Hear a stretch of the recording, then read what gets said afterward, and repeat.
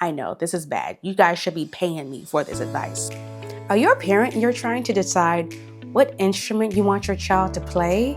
Well, you're going to want to watch this video. In this video, I'm going to tell you how to choose an instrument for your child. I have a student that I'm working with currently, and before he became my student, his mother would tell me when they would go to the store like Costco and different warehouses like that, instead of him playing in the candy aisle, he would actually play in the aisles that had instruments. So he would always go to the keyboard, the piano, and just play around with it. He was just so intrigued. So his mother said, oh, I should get him in piano lessons. So that's number one.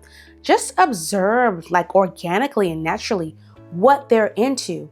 If you're ever out and they're just into banging on pots and pans, if they're at home, they might be a drummer. You may have a little drummer on your hands. If you're out and they like to play random keyboards and pianos and things like that, you may have a little pianist on your hand.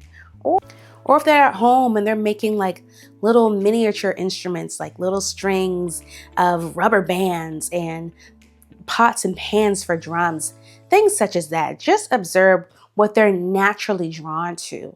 Number two is, well, first of all, you want to consider not only their considerations, but your considerations. What are you capable of doing this time? You may live in a house or you may live in an apartment. So if you live in an apartment, you probably don't want to have them playing tuba or clarinet, or definitely not drums, or you want to have them playing something that the sound can be concealed. So take, for example, if you live in an apartment, you want to have something electric like a keyboard as to where they're practicing, they can put their headset on. Or for drums, they have drum pads where it's a muted sound, so it's not as loud and the sound doesn't travel as much. So those are some of the considerations of things such as your living circumstances. Now, if you have a house, a single family house, you have more options as to, you have more freedom. You know, I don't have neighbors right next to me, so I can pretty much play whatever I want within reason. You also want to consider the size of your home. If I have a smaller house, is my home going to be able to fit a baby grand piano in the living room or a keyboard even in the living room? There are size limitations. They might want to choose an instrument where it is compact, where you can take it, pull it apart and pack it back.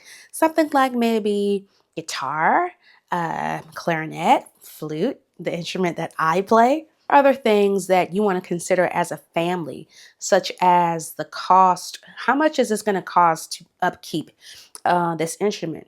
Which really, all instruments have maintenance, repair costs. So that's really going to be dependent upon the instrument and how well that student is taking care of the instrument.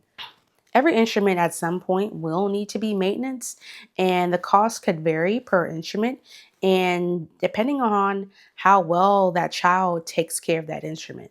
So it's also important that you talk to your child about, hey, this is not a toy. This is what I tell my students at school. This is not a toy. This is something that is very precious, it's delicate, and it's very expensive. So I'm trusting you to be responsible with this, because mommy and daddy do not have money to buy another one of these things. Okay. So that's something that you also want to consider, is your capabilities. Remember, when your child is learning a new instrument, it's not just that child's, it's a family effort. So that's another thing, is how practical is it? And that has more to do with the parent and the family than it does with the child. So this is a team decision-making effort. So there's another practical thing that you would want to consider, and that is the size of the child.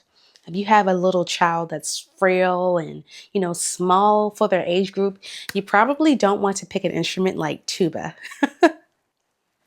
No. Consider what that child can do and what they're physically capable of doing.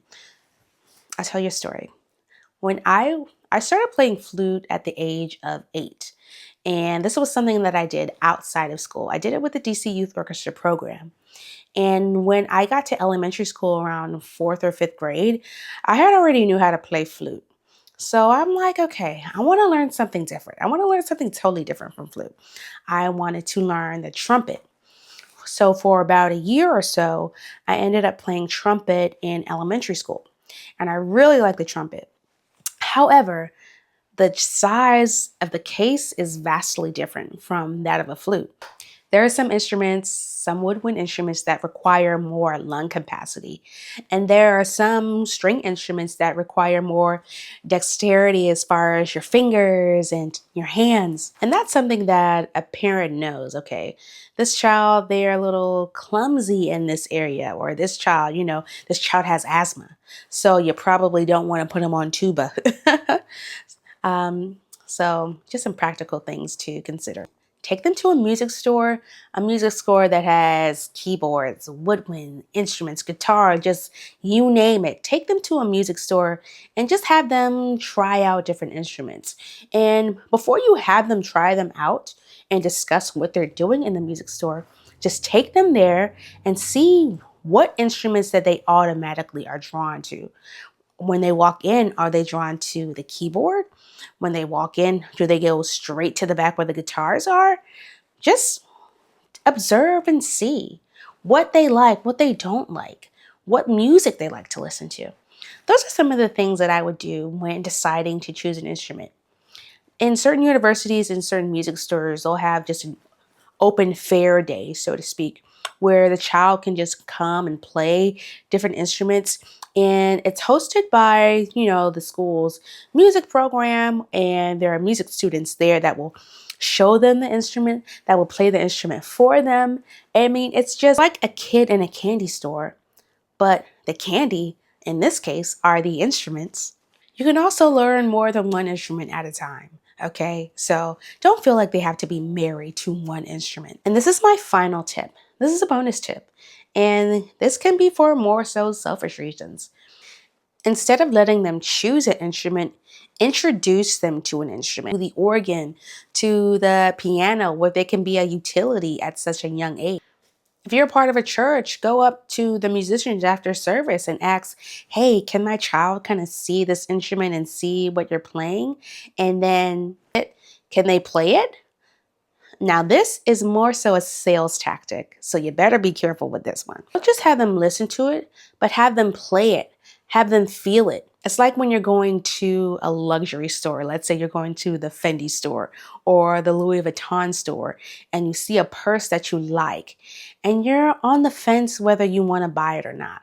But then you pick the purse up and you have it in your hand, and you just kind of feel and envision yourself with this purse. So that way you have a feeling and a sense of what it's like to actually have this product, of what it's like to actually have this product in your life.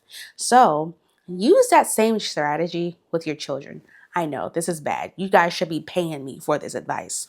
So what you're going to do is you're going to have them actually go up to the instrument and feel it and play it and position it properly. So in that sense, they're getting an idea and a feeling of what it would be like to be a rock star, to be a church musician, to play in an orchestra. And they're not just thinking it, they're feeling it and they're envisioning it. When you feel what it's like to hold that instrument in your hands, that's a memory that they'll hold on to for the rest of their life. I still remember to this day at 8 years old what it felt like to play flute. And it's a memory that I'll never forget. I felt like the flute was such an incredibly beautiful instrument. And it was so hard. And it was so hard to get a sound. But I just wanted to keep trying and keep trying and keep trying because I've heard the flute before. And I thought it was such a beautiful instrument. And I knew that if I kept trying, I would eventually get it. And eventually, I kind of did, I think. Also, talk to your local music educators at your child's school, at your church, or at different Facebook groups or interest groups and things like that. Ask them for advice, get locked in a community, These are my tips on how to choose an instrument for your child. Catch me in the next video. I hope you guys like this video, and I'll see you on the next video. Bye for now.